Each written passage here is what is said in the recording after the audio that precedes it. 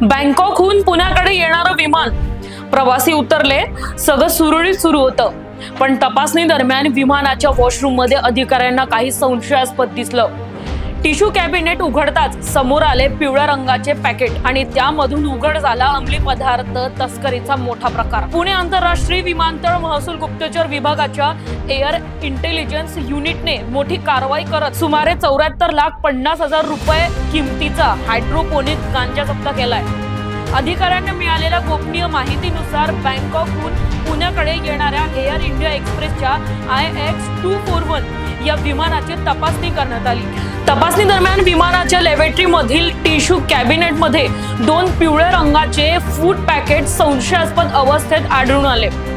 अधिकाऱ्यांनी ही पॅकेट उघडून पाहिली असता त्यामध्ये 8 व्हॅक्यूम सील बंद पॅकेटमध्ये सुमारे 745 ग्रॅम हायड्रोपोनिक गांजा असल्याचे निष्पन्न झाले.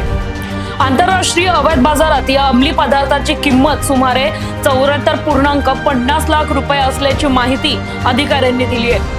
या प्रकरणी NDPS कायदा 1985 अंतर्गत हा अंमली पदार्थ जप्त करण्यात आलाय. मात्र या प्रकरणात अद्याप कोणालाही अटक करण्यात आलेली नाही. सदर अंमली पदार्थ विमानाच्या वॉशरूम मध्ये कोणी लपवून ठेवला, तो कोणाकडून आणला गेला आणि कोणासाठी ठेवण्यात आला होता याचा शोध घेण्यासाठी अधिकाऱ्यांकडून पुढील तपास सुरू आहे.